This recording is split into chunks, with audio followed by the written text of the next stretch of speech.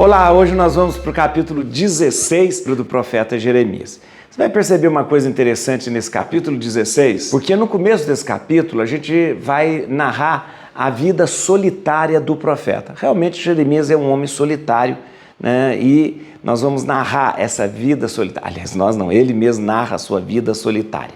Enquanto ele narra toda essa solitude ou essa solidão que ele vive, ele já aponta toda a profecia em vista daquilo que acontecerá no exílio. É uma profecia também muito dura, muito difícil, há momentos aterradores, né? Mas é interessante que a partir do versículo 14 começa a se mostrar o tempo da volta, né? É como se dissesse assim, do versículo 1 ao versículo 13, todos os horrores que vai acontecer no exílio. E do 14 em diante, todo o processo da volta do povo para a alegria e para as bênçãos de Deus. Mas é importante lembrar que tudo que o profeta narra aqui, ele narra sempre mostrando um porquê. Porquê do exílio, porquê do sofrimento, porquê do luto, porquê da dor, por quê? Por causa da infidelidade do povo. O povo que abandona Deus, o povo que é infiel a Deus, tá bom? Deixa eu te dizer uma coisa também importante lembrar. Quando essa primeira parte narra a solidão de Jeremias, essa primeira parte geralmente está ligada ao começo do ministério de Jeremias. Quando Jeremias começa o seu ministério de profeta, então ele narra toda essa dureza da solidão, do ser solitário como profeta. Tá bom? Vamos lá? Bíblia na mão, Espírito Santo no coração, dá um like no vídeo, compartilha esse vídeo. Quero que você chame outras pessoas para ler a Bíblia com a gente. Lembrando que se você está vendo esse vídeo, quero lembrar que o curso bíblico, ele começa lá de Gênesis. Então eu quero que você entre aí, ou na abinha aí, curso, ou então em playlist, vai lá e começa a ler comigo desde Gênesis. Como é que se começa a ler a Bíblia? Do começo, né, gente? Então, vamos lá.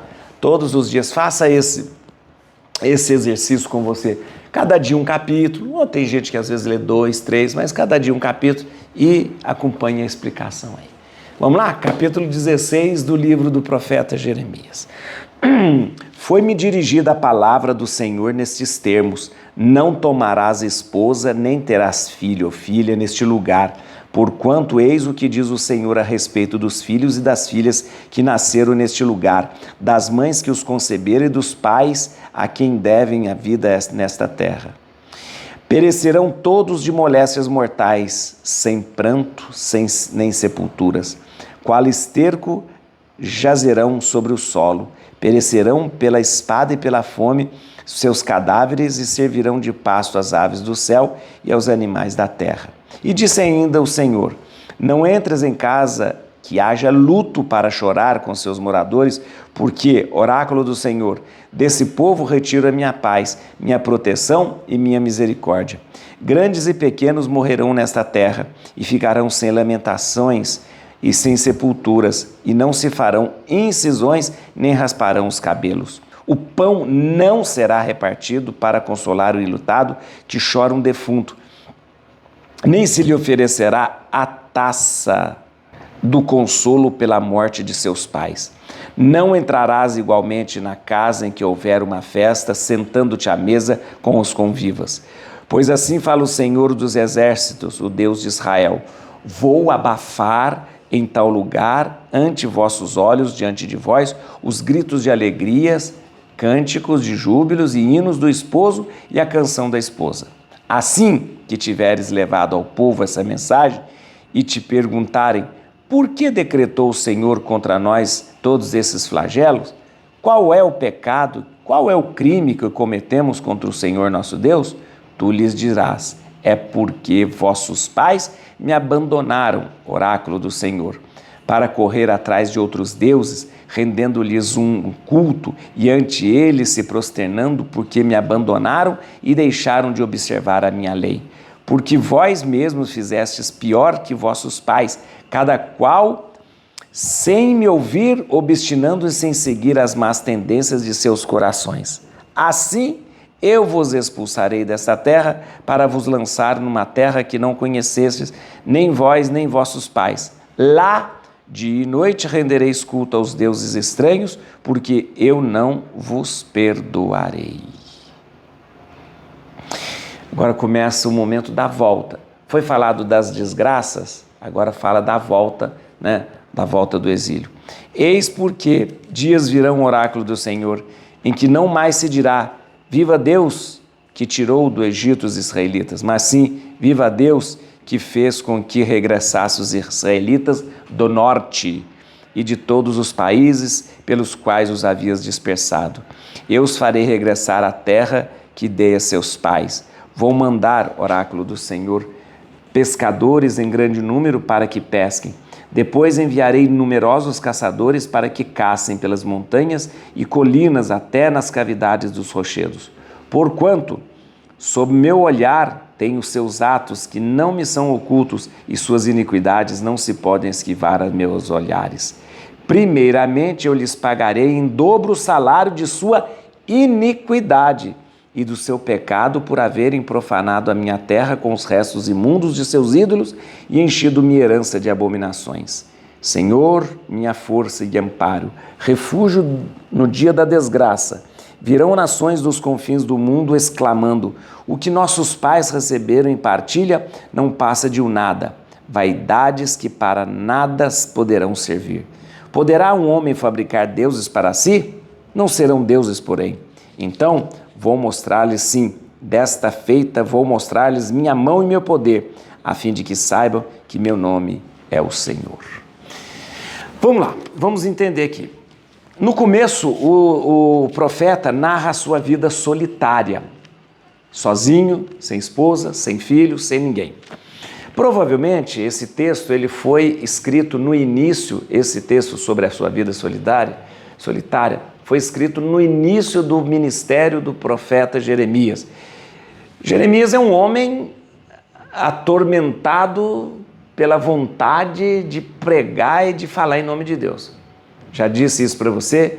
Ele hesita, ele reluta, ele não quer, mas ele diz: como calar a minha voz? Como calar essa voz se aqui dentro arde no meu peito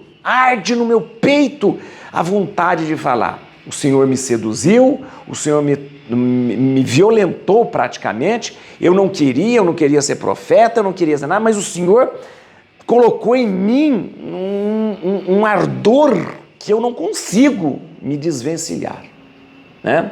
E ele é um homem, sim, solitário. O profeta é um homem solitário, né? Odiado por todos, né? Porque ele tem que falar em nome do Senhor, né? Então ele narra o começo. E aqui, ao narrar nesse começo do seu ministério, Jeremias vem falando de todas as atrocidades do povo de Deus que abandonou a lei, abandonou a fidelidade, mistura a sua religião com religiões estranhas, mistura a sua religião com religiões aí, tudo errado. É o pessoal fazendo sacrifícios e holocaustos em todos os lugares. Já havia dito que somente em Jerusalém podia ser feito, mas em todos os lugares eram feitos sacrifícios, uma bagunça danada, e ele chama atenção. Ao chamar atenção, ele coloca aqui várias, como poderia dizer,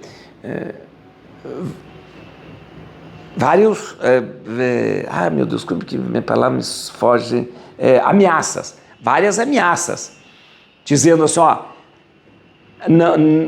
quem mora nessa terra não vai ter filho, quem mora nessa terra não vai gerar, e tudo as ameaças, né, do povo que abandona.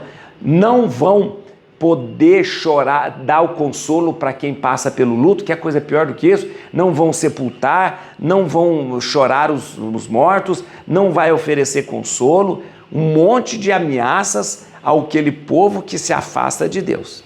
Tudo bem. Termina essa narração dizendo o seguinte: esse povo será levado para uma terra estranha. Para uma terra estranha. O que Jeremias está falando?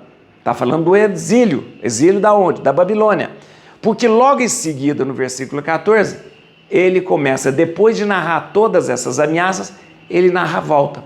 Um dia, nosso Deus será conhecido não porque tirou o povo do Egito, mas porque tirou o povo do norte. Aonde? do exílio da Babilônia. E aí vem dizendo todas as coisas que Deus fará. Muito bem, eu quero lembrar você que este capítulo, o capítulo 16, 16 inteiro, até o 17, 18, possivelmente narra o começo do ministério de Jeremias. Então, está narrando que foi um começo bastante conturbado, porque Jeremias não queria saber de ser profeta, tá bom? Vamos a alguns versículos para a gente entender melhor aqui a linguagem bíblica. Então, vamos lá. Ao apresentar as ameaças, Jeremias diz assim: e disse ainda o Senhor, não entres em casa que haja luto, para chorar com seus moradores, porque oráculo do Senhor, desse povo retiro minha paz, minha proteção e minha misericórdia. Paz, proteção e misericórdia. Muito bem. A paz, a proteção e a misericórdia são frutos de quê? Da aliança que Deus faz com o seu povo. Quando Deus diz, eu retiro desse povo a paz, a proteção e a misericórdia, é como se Deus estivesse falando, eu retiro a minha aliança que eu fiz com esse povo. Coisa séria. Eu retiro a minha aliança que eu fiz com esse povo. Por quê? Porque o povo é infiel.